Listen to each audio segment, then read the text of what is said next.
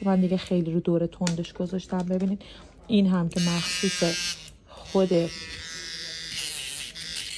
پاک کردن ژلیش و اینجور چیزاست. حالا من چون نمیخوام خیلی پاک کنم کامل نمیزنم، ولی به این صورت کامل پاک میکنم. بعد بچه ها این سریاشو میبینی یه سریاش تکون میخوره، محکم تر باید بزنه. سریع من داشت در میامد وگرنه به هیچ عنوان تکون نمیخوره. خیلی خوب هم کار میکنه،